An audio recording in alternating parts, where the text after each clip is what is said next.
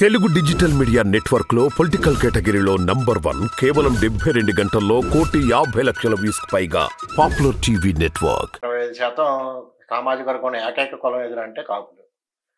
వీళ్ళకి ఇప్పుడైనా పవన్ కళ్యాణ్ వచ్చిన తర్వాత అయినా, లేకపోతే పవన్ కళ్యాణ్ వల్ల అయినా సరే, లేకపోతే ఇప్పుడు తెలుగుదేశం కమిట్మెంట్ అవనండి, లేకపోతే ఎవరి కమిట్మెంట్ ఏమైనా మేలు జరుగుతుందా రాజకీయంగా కానీ, సామాజికంగా కానీ, ఆర్థికంగా కానీ? ఇప్పుడు ఏమైనా సీట్లు ఏమైనా పెరిగాయా? తెలుగుదేశం పార్టీలో సీట్లు ఏమైనా పెరిగాయా? పోనీ ఆయన పవన్ కళ్యాణ్ గారికి ఇచ్చిన 21 సీట్లలోనూ మేజర్ సీట్లు ఏమైనా కాపులకు ఇవ్వగలిగాడా?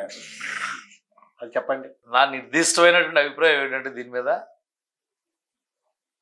నాయకుడు ఏ కులానికి చెందిన వ్యక్తి అయినప్పటికీ కూడా ఆ నాయకుడి యొక్క సామాజిక వర్గం అభివృద్ధి చెందుతుందని రకాలుగా అనుకోవటం అనేది ఒక అపోహ మాత్రమే. నాయకుడు ఎదగచ్చు, నాయకుడు చుట్టూ ఉండే కోటరీ ఎదగచ్చు, అవన్నీ వేరే విషయాలు.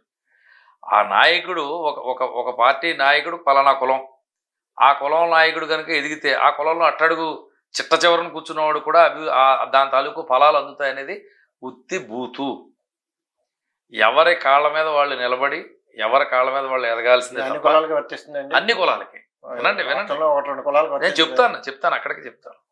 అది ఎప్పుడు జరుగుద్దంటే, నేను కోటరీ అనే పదం ఉపయోగించాను చూసారా, ఆ కోటరీ వ్యక్తులే వాళ్ళు.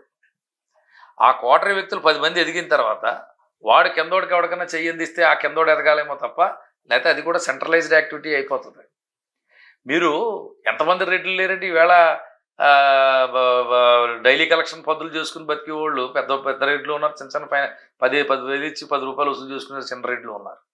ఎంతమంది కమ్మోళ్ళు కృష్ణా జిల్లా, గుంటూరు జిల్లా పోతే ట్యాక్సీ డ్రైవర్లు, మోటార్ ఫీల్డ్ అంతా కంప్లీట్లీ డామినేటెడ్ బై కమ్మా కమ్యూనిటీ. ఇక్కడ కాపులు ఎలాగైతే రేంజ్లట్టు తిరుగుతుంటారో, అక్కడ కమ్మాస్ డ్రైవర్లు, క్లీనర్లు, డ్రైవర్లు, మెకానిక్లు, కారు మెకానిక్లు, లారీ మెకానిక్లు గుంటూరు కృష్ణా జిల్లాలో కమ్మాస్ ఉన్నారు.